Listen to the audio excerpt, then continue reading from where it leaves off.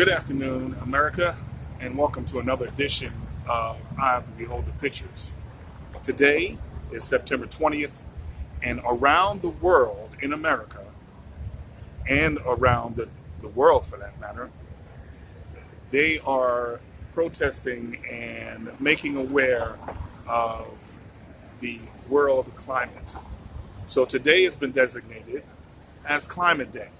And behind me, there are kids from different high schools and schools around the Pittsburgh area who have took it upon themselves to protest and come out and make aware of the climate changes that are going on around the world. This is an issue that it's in the daily news, it's in politics, it's in everyone's topic pretty much, but it has been a quiet topic, and so far not quite enough has been done to encourage a better way of condoning the climate the way it is. So today has been designated as Climate Day. And behind me, as I mentioned, we have several hundreds of protesters who will be making America aware of what is going on and what is taking place in the world climate, and trying to come up with solutions and better means to fix or help try to eliminate some of the carbons and the negative forces that are killing our ozone layer, which surrounds the earth for that matter. It's a very wise decision that these youngsters have made to come out today and protest against that. I am your host, Rossano Paul Stewart, and I will try to bring you perspective of how and why people have taken as to arms, not necessarily weapons, but in arms as far as protesting and making America aware of what is taking place around the world with climate. So we will bring you from different perspectives of which these youngsters will enable us to make better decisions about what we can do to change the climate.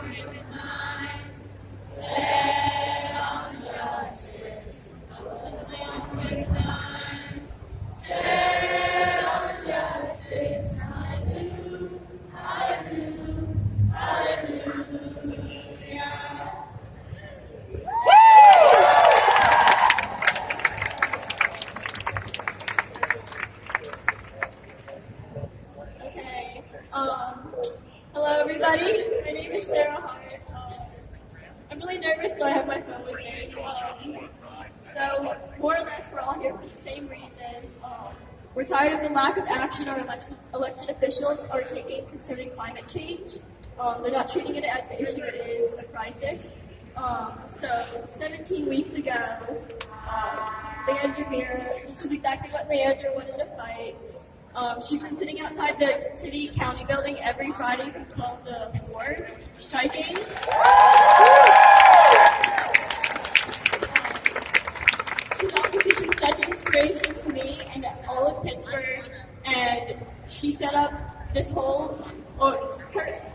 and a lot of other people set up this whole strike today, and we're so excited that you guys are here. So here's Leandra.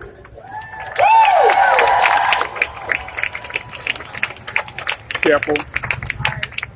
So I waited until last night to even think about what I was going to say today because I hate public speaking, and for some reason I thought that if I waited until last night, it would just go away. So on Tuesday, I asked my dad, who's standing over there with his Android held up, what should I say? And he said, just tell them why you're striking. And then I asked my mom, Excuse me. what should I say? And she said, speak from the heart. So I'm going to do those two things today. And if this speech ends up terrible, we're going to blame it on my parents. So I've lived here for 10 years. But it wasn't until last night that I knew, or I found out, that the air in Allegheny County is toxic. It's so toxic that just living here, I'm more likely to get cancer than people living in other parts of the U.S. I wanted to learn more, so I started researching, and I learned about how kids in Clariton get vicious asthma attacks when they go outside because of the U.S. Steel Coke plant. I learned about how kids in Washington are getting rare cases of cancer because of the fracking in their community. And then I learned something even worse. I learned that our politicians in Pennsylvania have no plans of addressing this public health crisis. What they plan on doing is turning Western PA into a hub for plastic production. So that night, I was crying, just angry crying when I found all of this out. But that crying turned to striking, and that same week, I sat on these steps for the first time. I strike because communities in Western PA are screaming and shouting for help, but being ignored. I strike because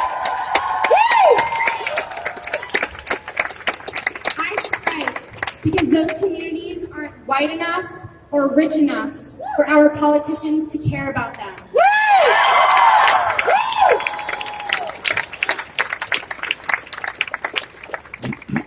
And I strike because someone needed to stand up for them, and I wanted to do that.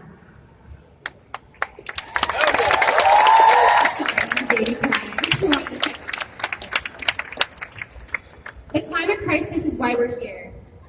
It's a big, vast issue.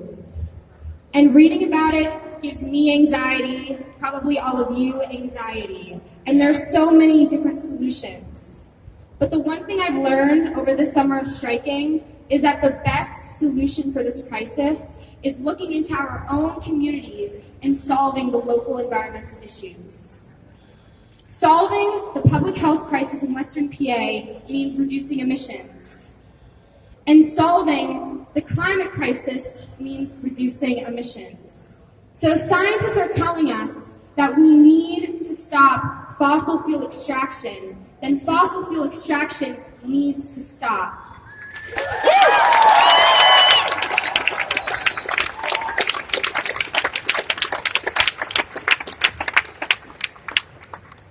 The climate crisis wasn't why I started striking, believe it or not. It was because of all of you here today, and it was because of the amazing speakers that are going to be coming after me. I've been striking for 17 weeks. I'm going to strike for 17 weeks after that, and 17 weeks after that.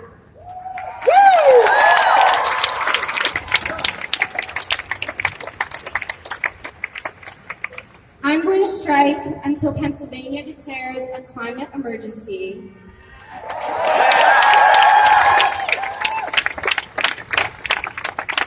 I'm going to strike until Pennsylvania takes action to reduce fossil fuel emissions and makes a plan to be run on 100% renewables by 2030.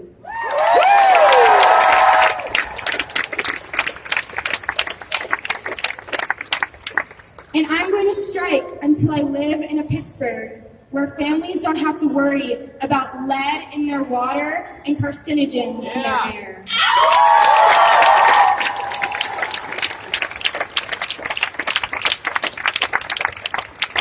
And lastly, I'm going to strike until I live in a world where lives, human lives, are worth more than the profit of few.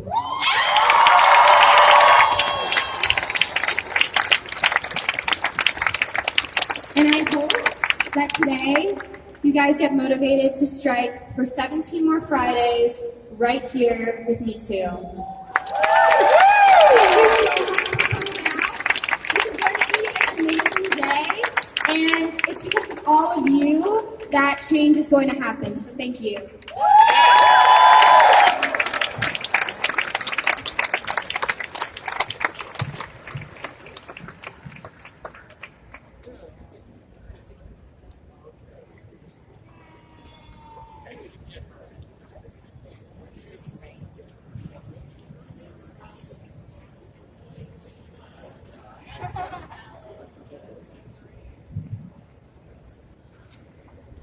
There you go.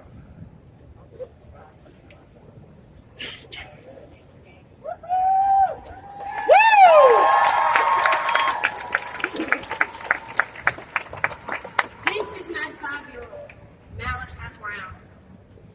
When he first learned about plastic and turtles and birds and fish, he became vegan.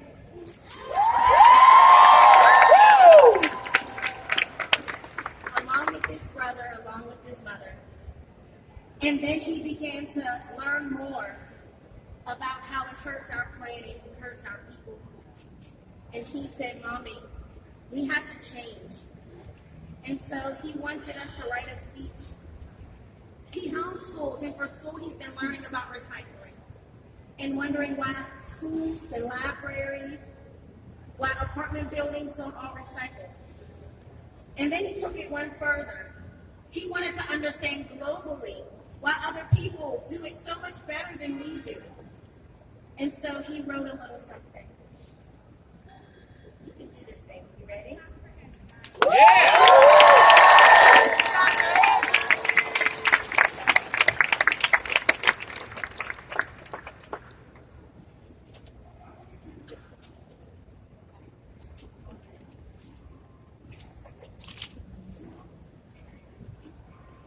Good afternoon. His name is Malachi Brown.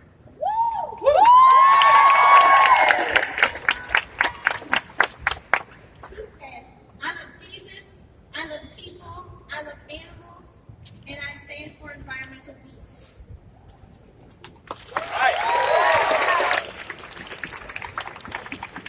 It bothers me that we don't recycle like we should. In Germany, people don't get their trash picked up if there's plastic or cardboard in their trash. We need to do that. 65% of Germany's trash gets recycled. While only how much of ours? 35%.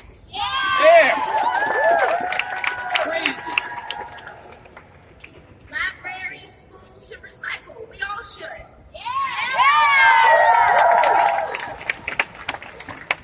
What else bothers you? Yeah, why?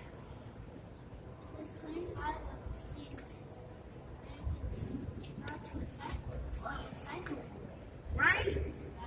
25% of the things Americans try to recycle aren't recyclable because we don't know how to recycle. And so what happens? We can't have liquid in our bottles, can we? No. What else? Right?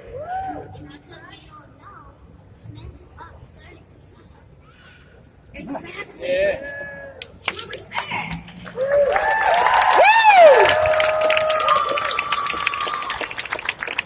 What else bothers you?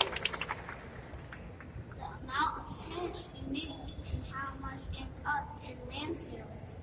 We create 5 pounds of trash a day, and these can be using reusable bags and containers. and Morris and Hannah, Ashras and the neighbors. Well, in Sweden, 1% does. Exactly. So over half of our trash Watch your step. ends up in landfill. But in Sweden, only 1%.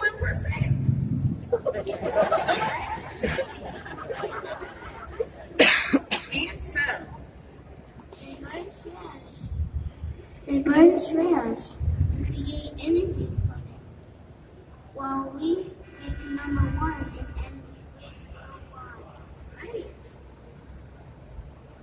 This all hurts animals and people. The sea turtles swallow plastic bags, thinking they're jellyfish, and die. The mockingbird gives plastic to their babies accidentally, and they both die. Whales, fish, and all of these beautiful creatures are dying from our litter. And for those that eat fish, they are getting sick from plastic too. By 2060, there will be more plastic in the ocean than fish. We can make a difference.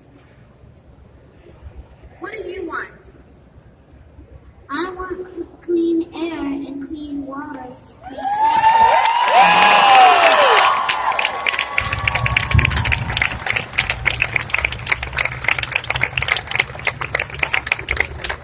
I want turtles and birds and fish to live. I'm hoping and hoping that others will learn with me. I hope we all use less trash and recycle. Thank you.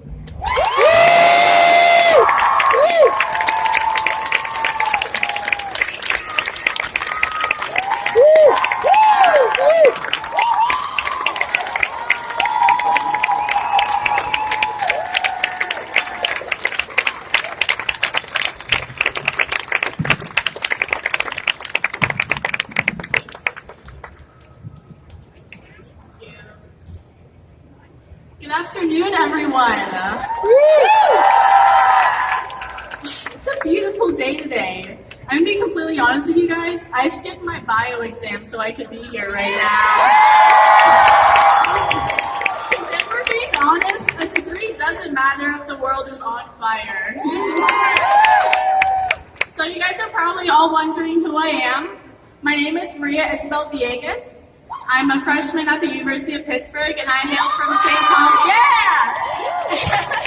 And I hail from St. Thomas in the U.S. Virgin Islands.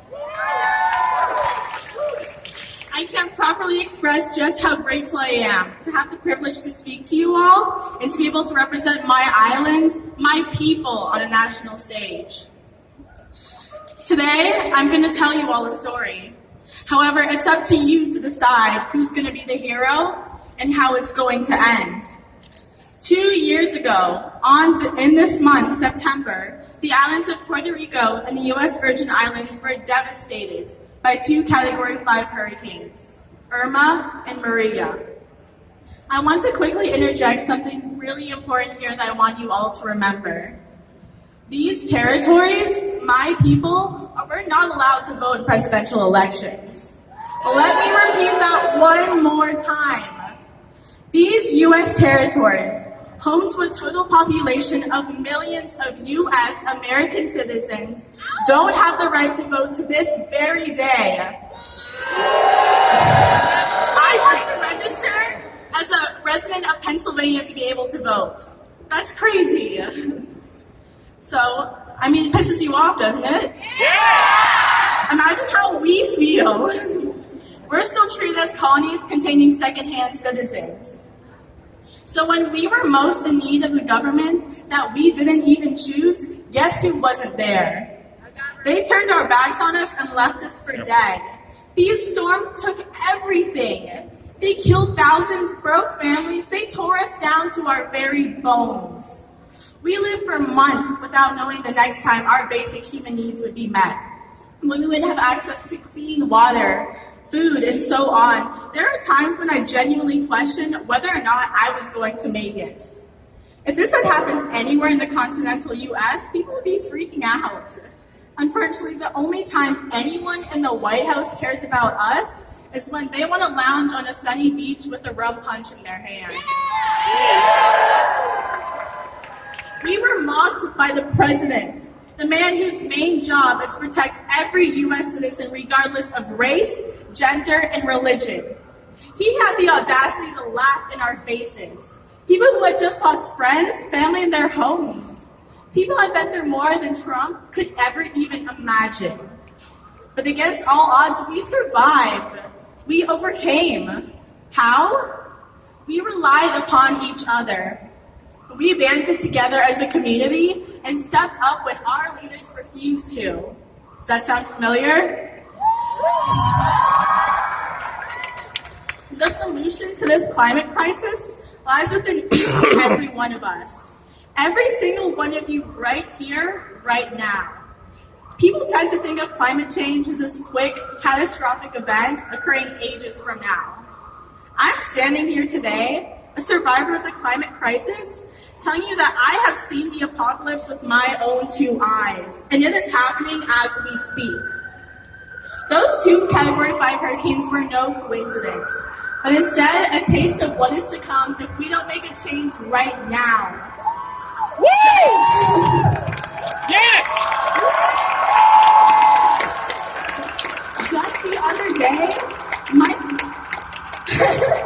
my parents called me and told me that one of the first ever extreme heat warnings had been issued for St. Thomas, for temperatures reaching over 102 degrees. For reference, the normal temperature there is 70 to 80 degrees. That's a 20 to 30 degree difference. We still have time, but not much. This is when you decide who the hero will be, how you want to finish this story. I'm calling on all of you today to dig deep and find the courage to stand up for our future. Enact the change you want to see. If I, a little brown girl from a tiny island in the Caribbean, can do it standing in front of you all today, each of you definitely can. I believe in you. The revolution starts now. Let's get striking.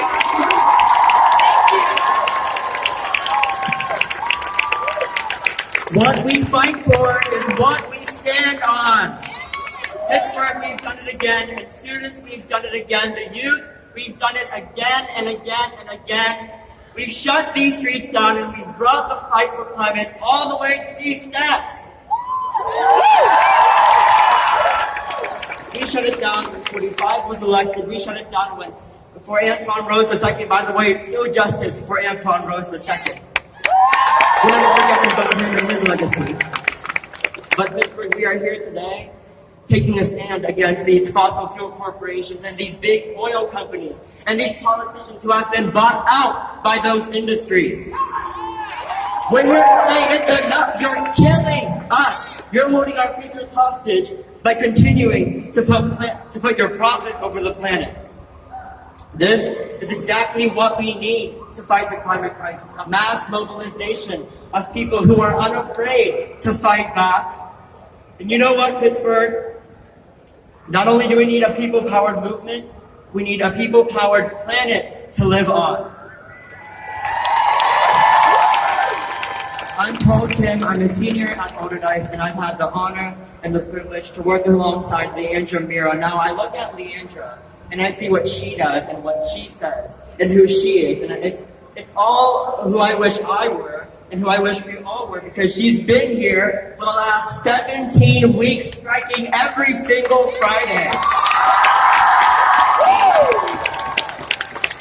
Now I have to introduce you guys to someone very special. His name is Benjamin Gucho. He's a junior at Winchester Thurston. He'll be talking to you guys about the detrimental effects of climate change.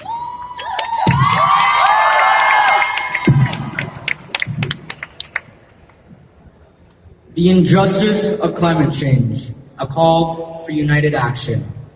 I was especially inspired by the speeches of Leonardo DiCaprio and Prince EA, so I highly recommend to check theirs out. I have been treated unjustly. From my skin to my orientation, I have been treated unjustly. It doesn't matter my name or where I'm from. Like Dr. King said, an injustice to one is an injustice to all. But what happens when there's already an injustice to all? One that causes homelessness, worsening health conditions for marginalized groups, famine, mass migration. Well, we're there. Climate change, a self-inflicted injustice. You see, I'm not concerned that the climate changes. That's natural. I'm concerned at the speed in which it's changing. Each year, hitting new records for the hottest or most destructive years in history. Oh, did you not feel that in your air-conditioned office? Do you not see the kids in Beijing and Singapore who have to wear safety masks just to go to school because the air is so polluted? That is unjust. We forget too easily how special Earth is, only realizing as time runs out. We take for granted the astonishing ways something as simple as trees give us air, existence, life. We take for granted everything that is given to us. We decimate them with destructive machines at a disturbing and detrimental rate of 40 football fields every minute. And for what? Individual gain. We put dollars above dignity, greed above need. We annihilate nature's necessity as if it's money from a credit card, accumulating debt after debt, one not paid in money, but rather in the extinction of our children and grandchildren, the animals and life as we know it, stealing our chance to see their unique beauty as a result of our mindset. It is unjust that we call this destruction progress. There was once a time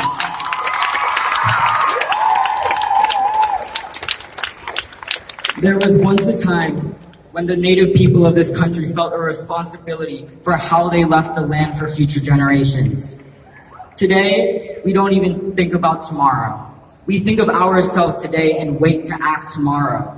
Instead, we need to act today to think of tomorrow, to have a tomorrow, because whether you like it or not, we are writing history, either to be praised or vilified for what we do today. Because sadly, we are the last hope for Earth. It is unjust that adults have burdened us kids into making the world understand, to stand up for our future and the future of our children. Do you only care for yourselves? Think of the shame you will carry when your children and grandchildren realize you had the power to stop this devastation, but simply lacked the political will to act.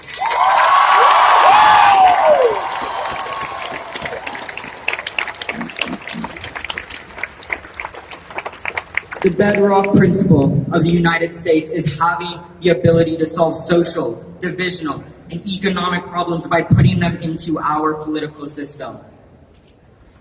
The community, business leaders, and most importantly, the government must act to save Earth from complete injustice. As you know, by the time we'll be your age, there is no more time. Stop building walls. They won't stop the migration from inhabitable lands. Stop spending money on military. They won't stop the wars over water,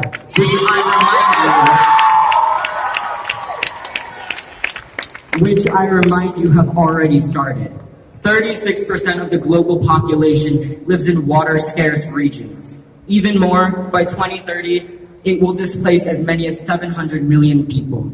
It is unjust that you deny the facts and truths, but I hope you realize that you cannot avoid them. I have only lived 17 years, and I've seen the results of rising sea levels through the flooded streets of America, the thousands of homes washed away and obliterated, from Bangladesh to the Bahamas. I've seen the recent reoccurring droughts in California that spawn apocalyptic-type fires. I've seen the falling snow rates in my own backyard, and there is no doubt in the scientific community that this is a direct result of human activity. Yet you, adults, still have not acted. Not only is that unjust, But the fact that you let fossil fuel companies manipulate and dictate the science and policies that affect our future, we need to stand united as humans, grandparents, parents, kids, humans that love, care, and nurture. Stop looking for another place to move to. Stop looking for another home. Fix this one. Fix our home.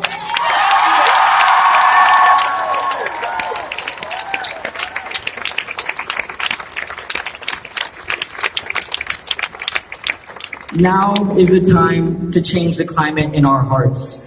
We are not apart from nature, we are part of nature. Saving nature is saving ourselves, because it won't matter what you are fighting for, because unless we save the environment, we will equally be extinct. Life, liberty, and the pursuit of happiness, our unalienable rights. A right to life that is being taken away. A right to liberty that is being limited by our leaders. And a right to happiness being replaced by guilt and anger as time and solutions run out. I call to action all the youth, adults, and especially leaders to act today thinking about tomorrow. Too often, adults and leaders tell me how hopeful they are for my generation, saying that we'll do better, as if they've got no power. I remind you that there are only 11 years left. By the time I can vote, 10. And by the time I can get into a seat of power, much like our political leaders, time has run out. The youth have been tasked to change the impossible. Now, we ask the adults and people in power to listen to us, join us, unite with us, to use your power and influence to stop the injustice of climate change and help us save humanity.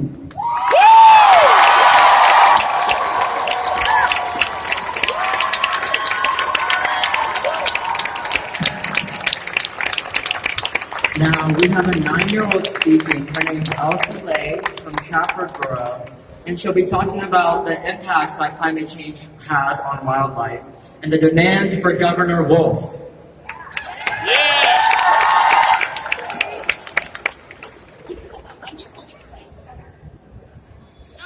Hi, I'm Elizabeth Lay, and I think we need to stop climate change. Climate change hurts people and animals. For example, polar bears' homes are melting and they can't find food. And soon we are going to be able to find food either if we don't stop climate change. Our Earth is supposed to be getting cooler, not hotter. Another example is the American peacock. It can't survive in weather that is 78 degrees or higher. Their homes are getting too hot. But where are they going to go? They live on the top of a mountain. There's nowhere to go. And soon people won't have anywhere to go either. Climate change is getting worse and worse. Not bad. That's not good. Right now, humans are causing the Earth to die. This is happening because of things like factories, cars, fracking, and using fossil fuels. We can stop this, but we aren't. For example, in our town, there's going to be a lot of fracking sites, but now we only have 2. That's because people fought against it, and we can do the same with climate change. The governor needs to do something about this. Our governor, Tom Wolf, isn't doing anything to fix climate change. When we went to Harrisburg to talk about the Green Amendment to the governor, he didn't want to talk to us and pretended he wasn't there. He wasn't.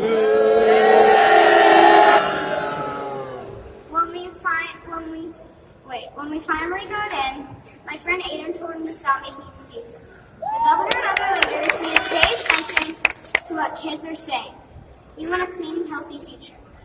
Imagine your home getting destroyed and not being able to say or do anything about it.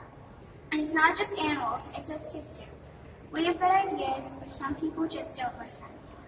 We have to live here longer than adults, and maybe that's why some people don't care. What I'm saying is we need to fix climate change now, and we only have about 4,000 days to stop it. We need to fix climate change today, not tomorrow. Thank you.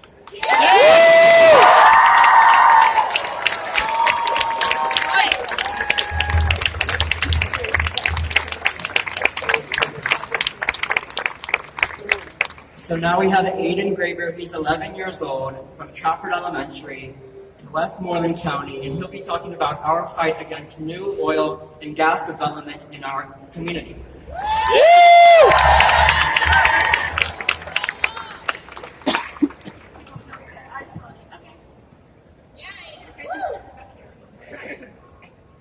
Four years ago, I was in first grade learning how to read, and my parents were learning what fracking was and why it was coming into our neighborhood.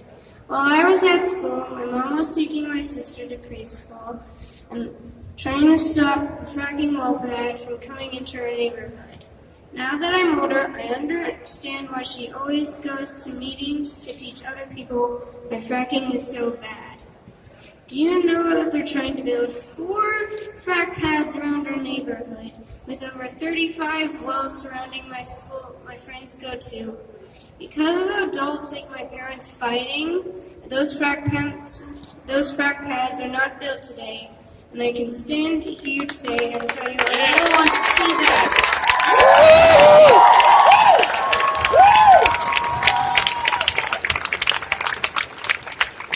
I'm in 5th grade now, and we learn about natural resources in science class.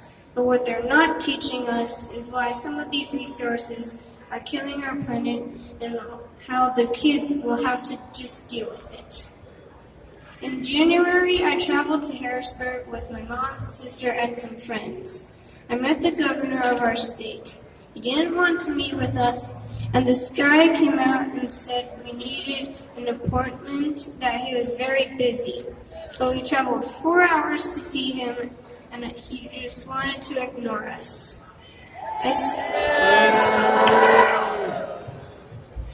I spoke up and told this staff that I don't think he wants to hear what we have to say, and that's not right.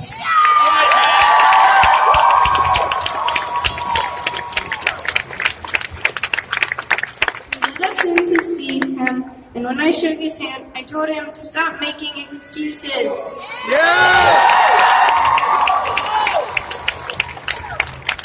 have the right to clean air, water, and a healthy planet.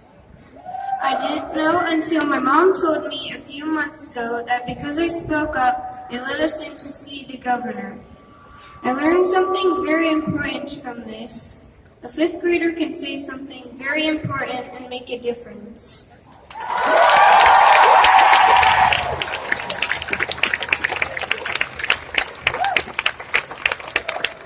I can tell the adults to stop making excuses and be responsible grown-ups like my parents and take action to stop the extraction.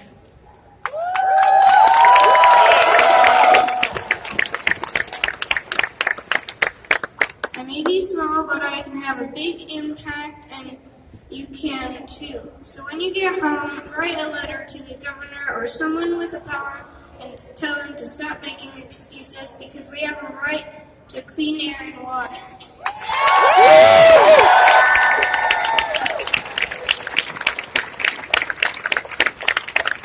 I'm too young to vote, but I'm not too young to understand why plastic is bad for our oceans, why fracking is bad for me, my teachers, my friends, and my school, and why the adults need to do something now so that kids can be in the classroom and not here fighting for our future.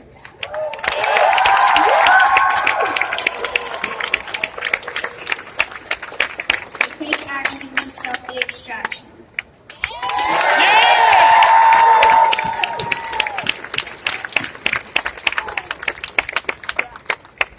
Now we're going to have Andrew from UE speak. The UE is the first U.S. industrial union to endorse the Green New Deal and the global climate strike. Let's give it up for Andrew. Thank you. Hello, everyone. It is with great respect and it's an honor to stand before you all and to have shared the stage with so many young folks here. That is the future. It's the future today. We don't have to wait for where the emerging leaders are coming from. They're standing right here with us.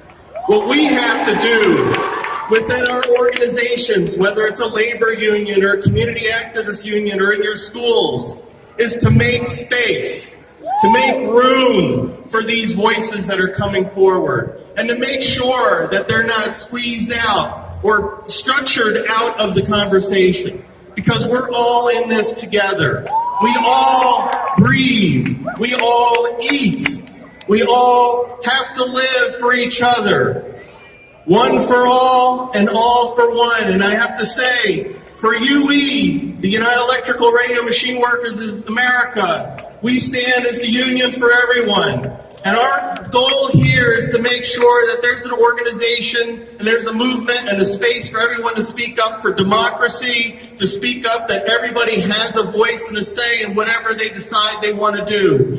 And climate action is what we all have to do. We all have a part to play in it, and our union is going to do our part to make sure we keep bringing it before the membership, we keep bringing it in the community, and we keep bringing it at the bargaining table and the state houses. Thank you.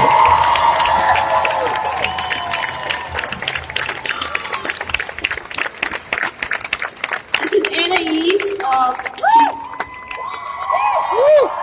She's speaking on the behalf of Fossil Free Pitt.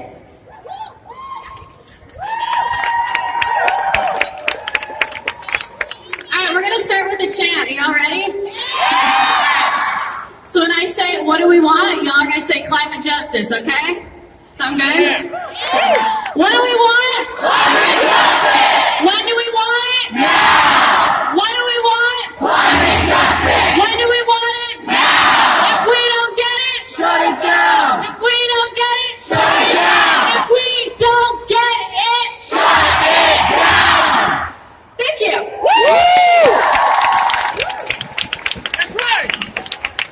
It is so good to see each and every one of you here today. I'm so glad that so many people came out for this. So before our leaders to stand with us. So be a leader in Southwestern Pennsylvania's just transition. Use your position to help us create a regenerative economy where no one has to live or Cancer Alley.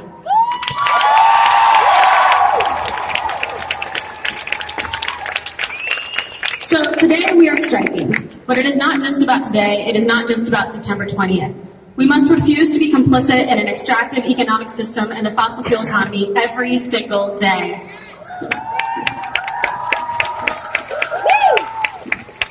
Better worlds than this are possible. Let's dream it, let's organize it, let's build it.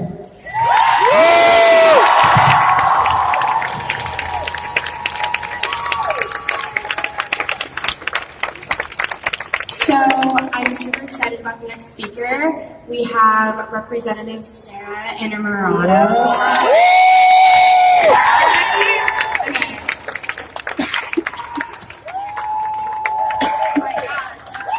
Good afternoon, everybody. My name is Sarah Innamorato. I'm a state representative. I'm a Pittsburgher, and today I'm at a climate striker. First, a couple thank yous. Thank you so much for Leandra and Sarah and all the organizers of this event. Is this an incredible day or what? Thank you for all the school districts who are standing with your students and listening to them. And thank you to every single person who got up here and took the mic, dropped it on the ground. Your stories are powerful. They're amazing. And I'm going to take them back to me with Harrisburg when I'm making my choices. But to be honest, I never thought I was going to run for office. I didn't dream of being an elected official, and I didn't run for office to hold a seat or hold a title. I ran because we are in an economic crisis, we are in a healthcare crisis, we are in a climate crisis, and our elected officials are not doing enough. I ran for office because I saw our community suffering. I ran because the rich and powerful will always protect the rich and powerful. And I ran for office because I know that another world is possible. So every day, when I get up and I have this title, this supreme title of state representative, and I go to Harrisburg, there are two buttons in front of me. Yes and no. So every day I have to ask myself, which side am I on? Am I on the side of kids who are in our region who have twice the rate of asthma than the rest of the United States? Am I on the side of families who can't even drink their own water? Am I standing with people or am I standing with industry? People!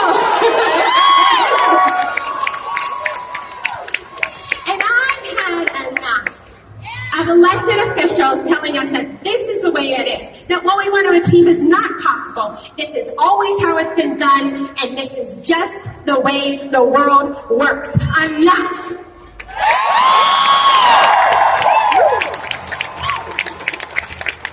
But it is only possible if we hold our elected representatives accountable. So, including myself, we have to ask each and every one of them, which side are you on? Are you on the side of bailing out corporations or building up communities? Are you on the side of leaking pipelines and peaking markets? Or do you want to create jobs that will actually fix our world and not poison our environment?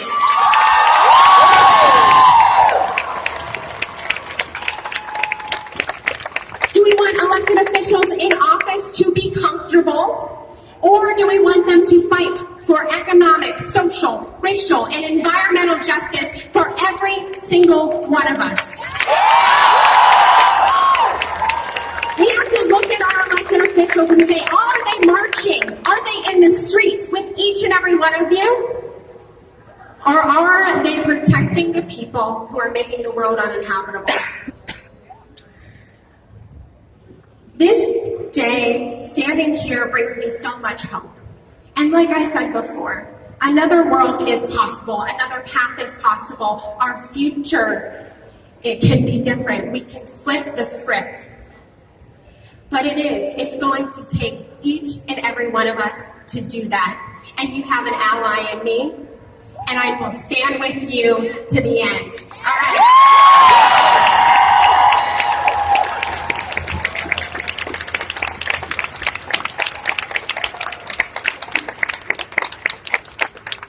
So next up, we have Patty DeMarco, who's been working in environmental activism most of her life, and she's a grandmother, so she's going to be giving a speech. Hello, Pittsburgh! 50 years ago, we stood in the streets right here where you are, and we fought for the Clean Air Act, so you see blue sky today.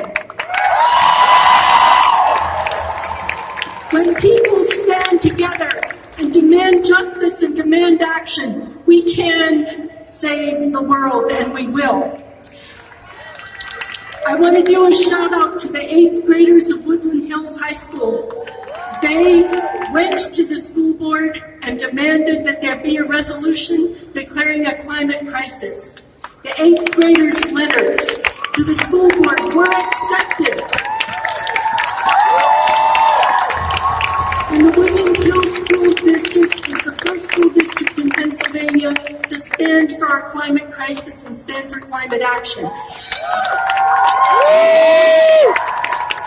We need to recognize that the laws of nature are not negotiable. The processes that have been put in motion, from burning fossil fuels and making plastic and throwing things from raw material to trash as fast as possible, cannot be sustained even one more year. We have a decade to turn it around.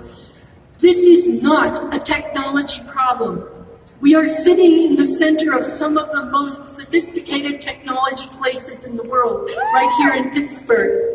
We know how to solve this. Renewable energy, regenerative agriculture, green chemistry solutions, and a circular economy. We can do this. We know how. What we need is to marshal the political will and the moral authority to say we will stand up for our children's future first and foremost in making every decision in our boardrooms, in our businesses, in our legislatures, and in our town halls. We are a people under a constitution that gives the power of the people, by the people, and for the people. So I am honored to stand here today with all of these young leaders. They have a tremendous amount of work to do, and they will do it if you all stand with them.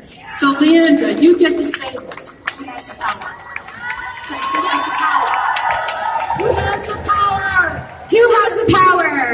We do! Who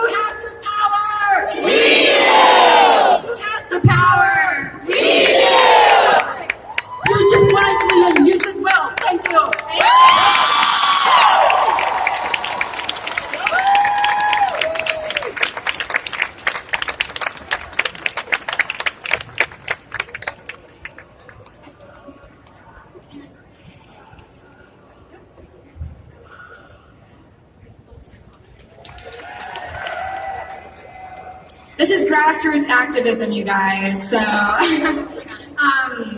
Mike Stout? Wait. Mike Stout is here. He wants to sing a song. Do you want to come up here, Mike?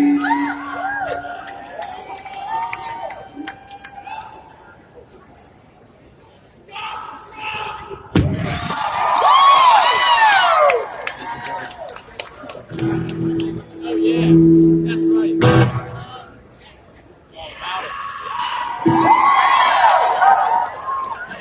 Yes, sir.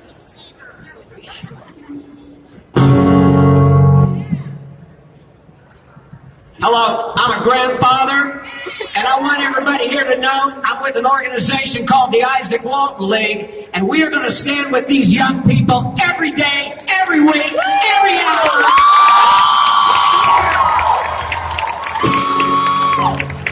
This is a song that goes out to all these young people. It's called The End of Fossil Fuel Man, one way or another.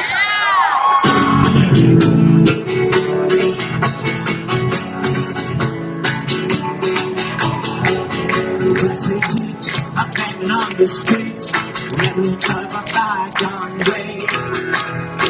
Graveyards of plastic, once used for plastic, scattered all over the place. Like a lot of stairs, black and brown out everywhere. On the side in front. The other of the day, behind the new elephant mirror, the picture's real clear. The agent with the tolerance. It's not the rapture, sometimes the unfold in the days of the world. It's not the beast, not the historic upon the land. It's the end of fossil fuel man. It's the end of fossil fuel.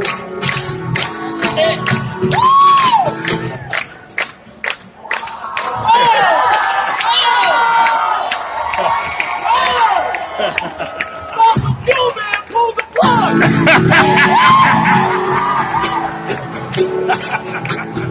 Giant empty malls, ghost towns, a perfect style.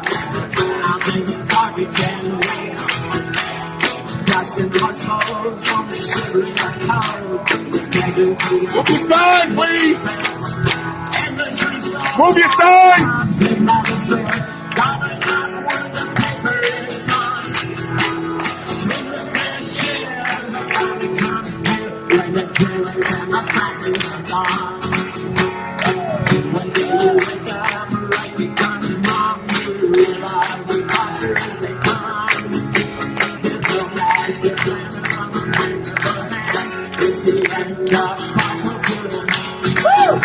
It's the end of the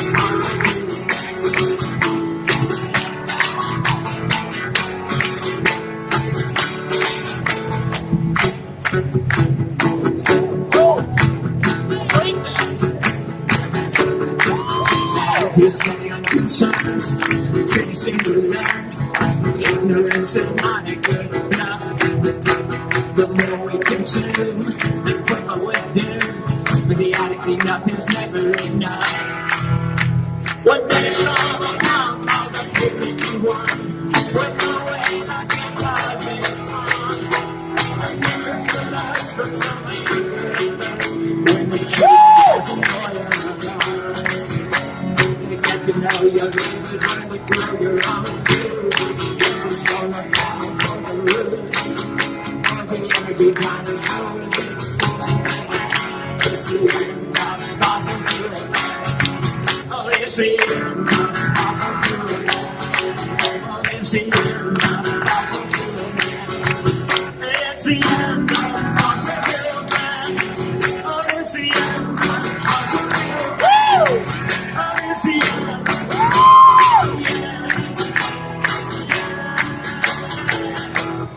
Fossil fuel.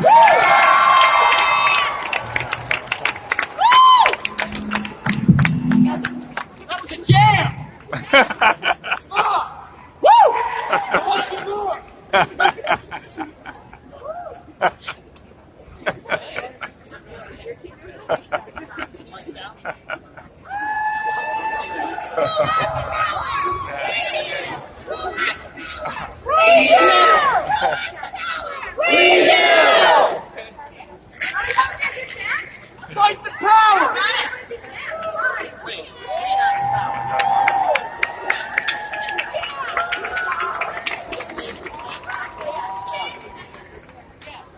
Who has the power? We do! Who has the power? We do! Who has the power? We do! Yeah, we do! Listen okay. Hi, I'm Caitlin Rothwell. I'm from Fox Chapel Area School District. I'm currently in the high school, but last year while I was in middle school, I protested for them to stop using plastic and stop single-use plastic. With my project, I went to World Oceans Day at the Pittsburgh Zoo. I'm now working with people over in Hawaii and multiple companies for them to stop using plastic. Our time is now. We have to take the rise. It's time.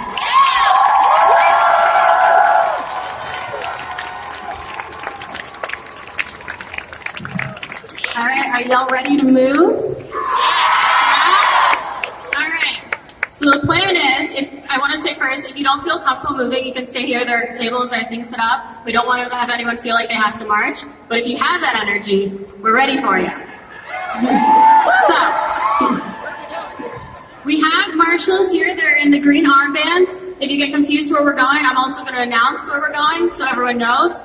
So we're going to be going down Grant, taking a left on 6th, going down to, I believe that is Wood, we're going past EQT, because they're not going to be able to get away this day without anyone yelling at them.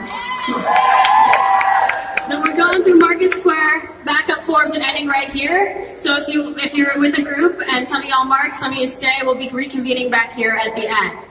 We have a legal observer and a police liaison, both wearing the neon safety vests if you have any concerns. And if you have any concerns about the route, look for someone in the green armband.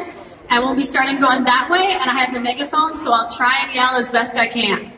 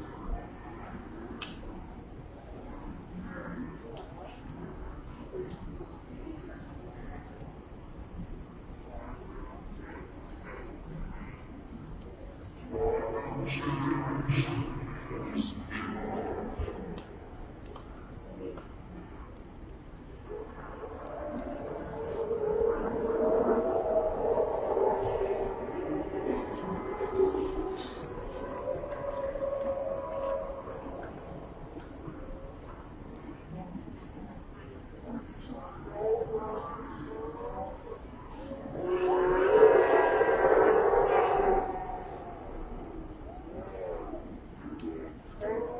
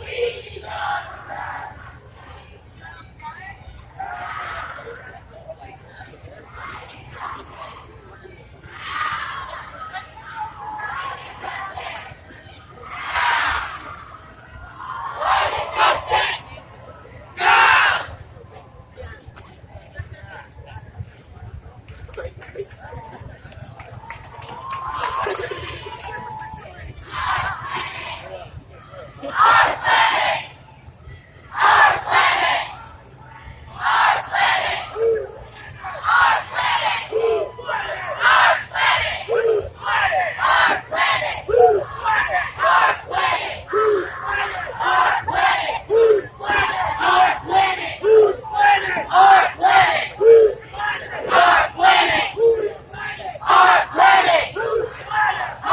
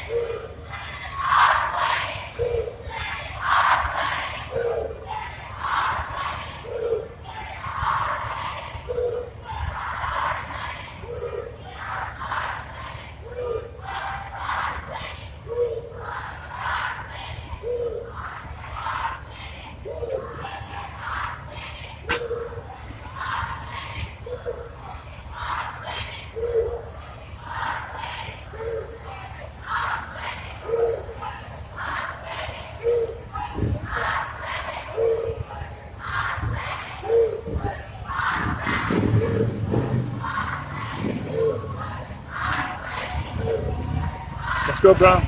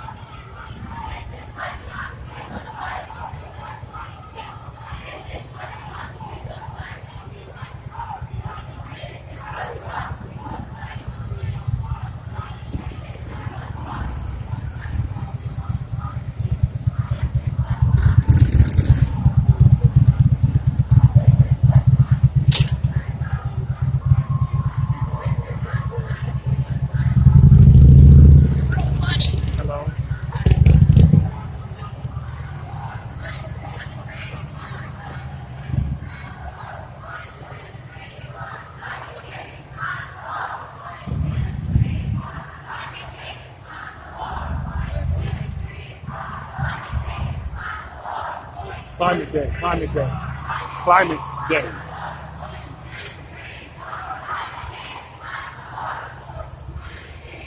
This is how we get a good spot now. I know, I'm like, falling it over.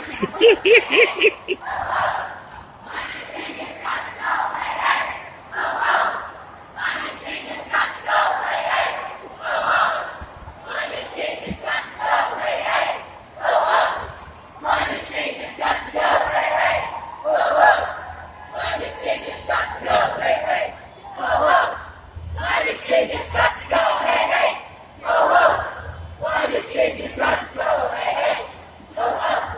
Climate change has got to go.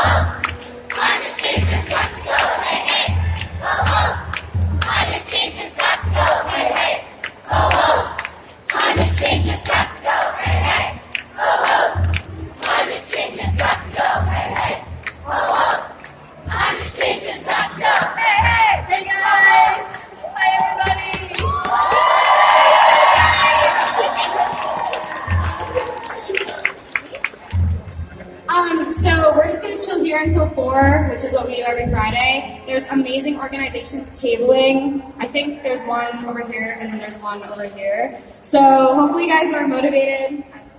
Hopefully you guys are motivated to learn more about what you guys can do locally to solve environmental issues.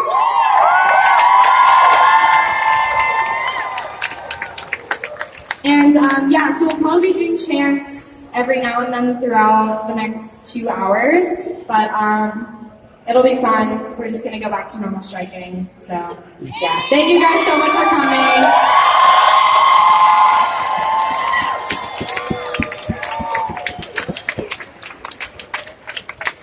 This is insane, and this is the first step for Pittsburgh to take climate action. So this is amazing. Thank you.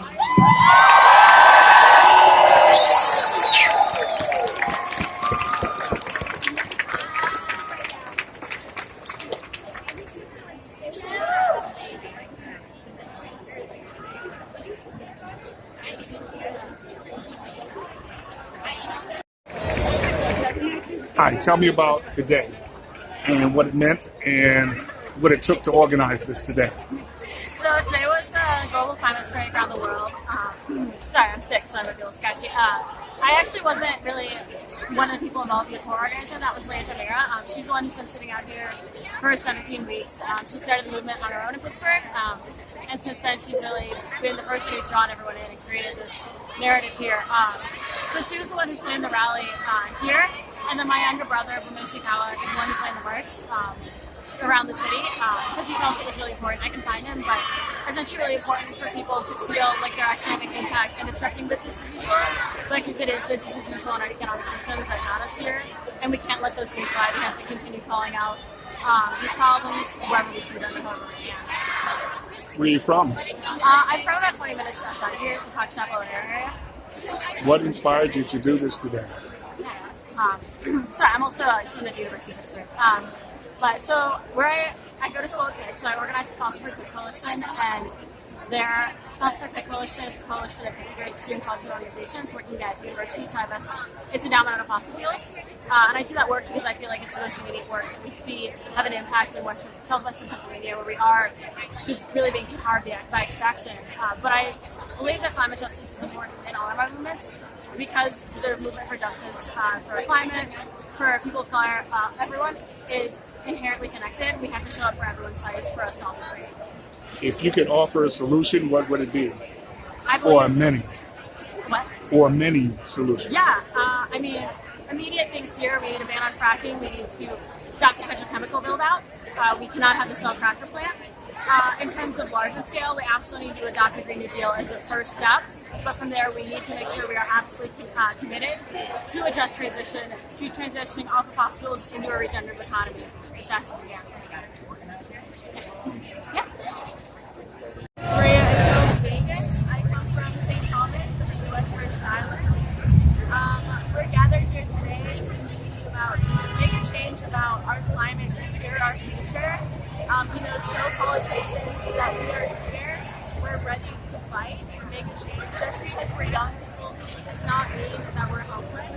If anything, we are the most passionate, we have the most fire. And actually the reason I'm here today is to represent my island and my people. We are severely underrepresented in the government, and as a result, during the double Category 5 hurricanes in 2016, we were severely neglected. The government gave us practically no help. We had to rebuild ourselves, and I'm here to represent and speak for everyone on my island. That we're here, we're ready to fight, to take a stand. And we're tired of being treated like second-class citizens. And we're present and we're here. What was your inspiration for today? My inspiration for today was a young climate activist such as me. Greta Thunberg, she's amazing. She's like Martinez, who's also amazing.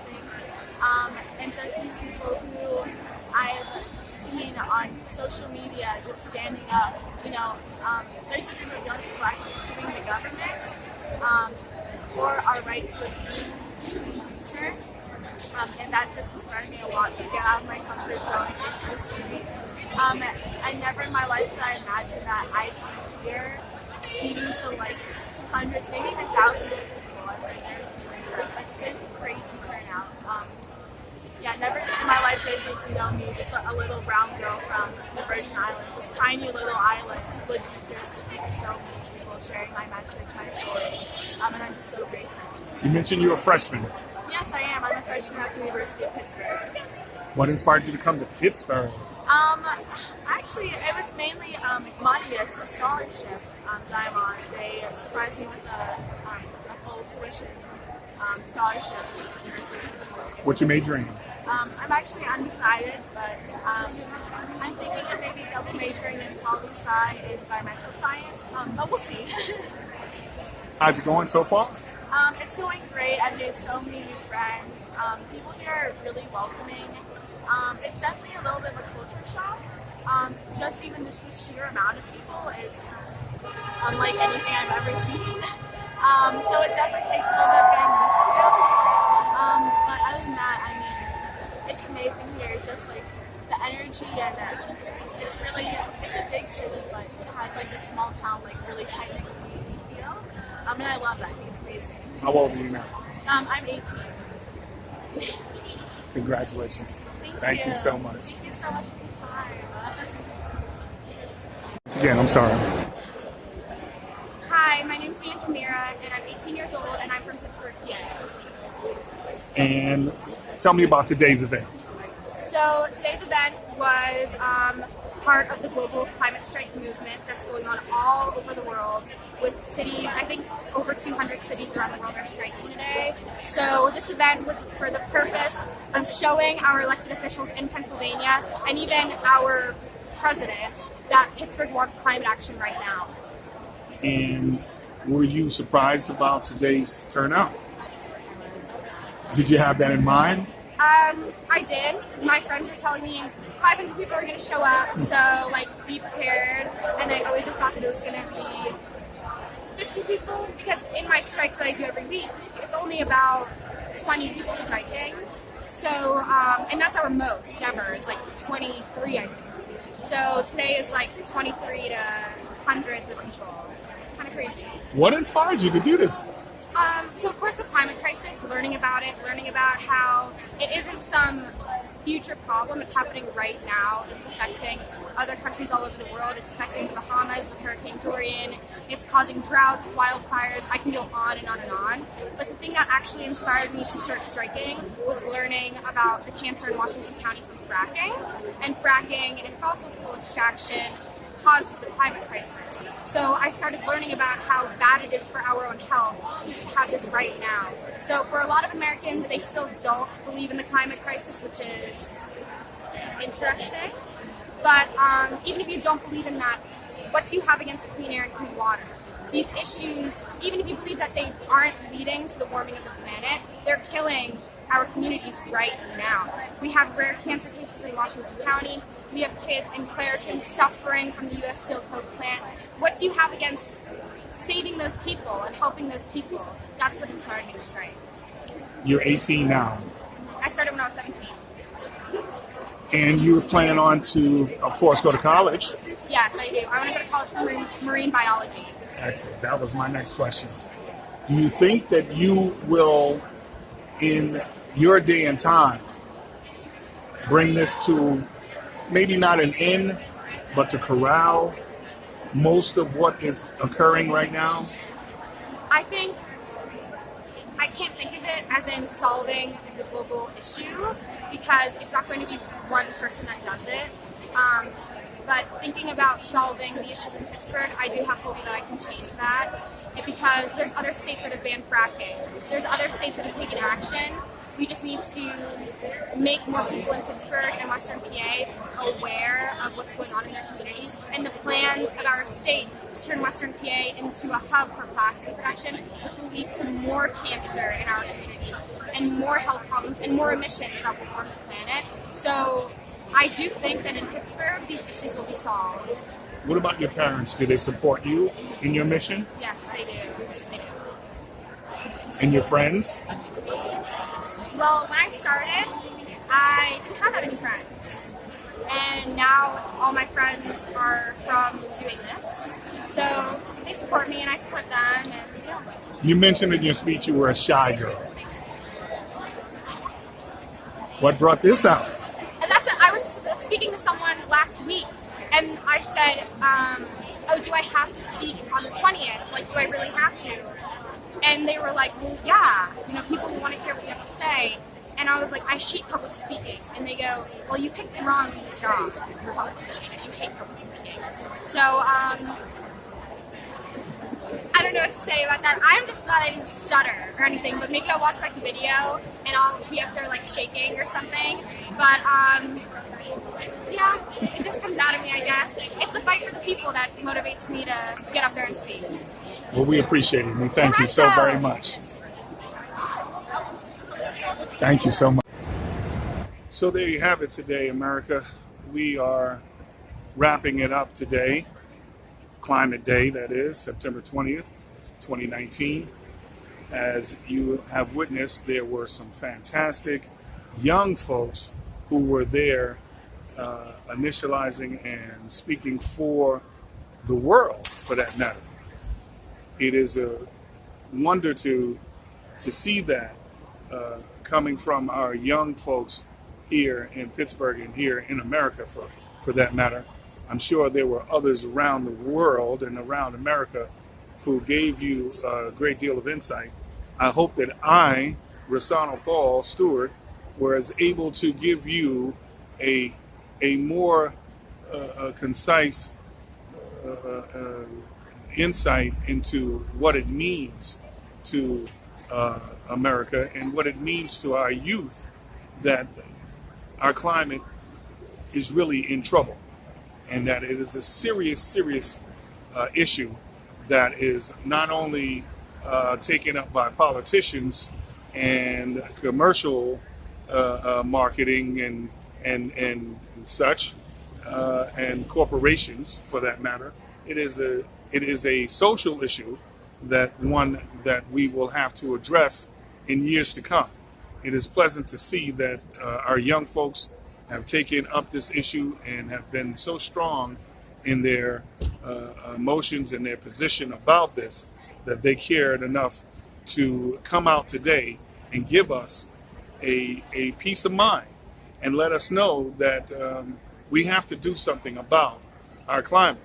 We have only one world, although people are talking about going to wherever planets, but this is the rock that we live on, and we have to protect it. And we have to not only protect it for ourselves, but we have to think of our future as well. Our grands, our children, and their children. We must leave them a legacy that is clear and precise about what humans and what we as Americans and what we as human beings care enough to do about this planet. We only have one, and we have to make it the best that it can be. Once again, I'm your host, Rossano Paul Stewart, and I want to thank you and everyone else for joining us here at Eye of the Beholder Pictures. Thank you so much, and God bless.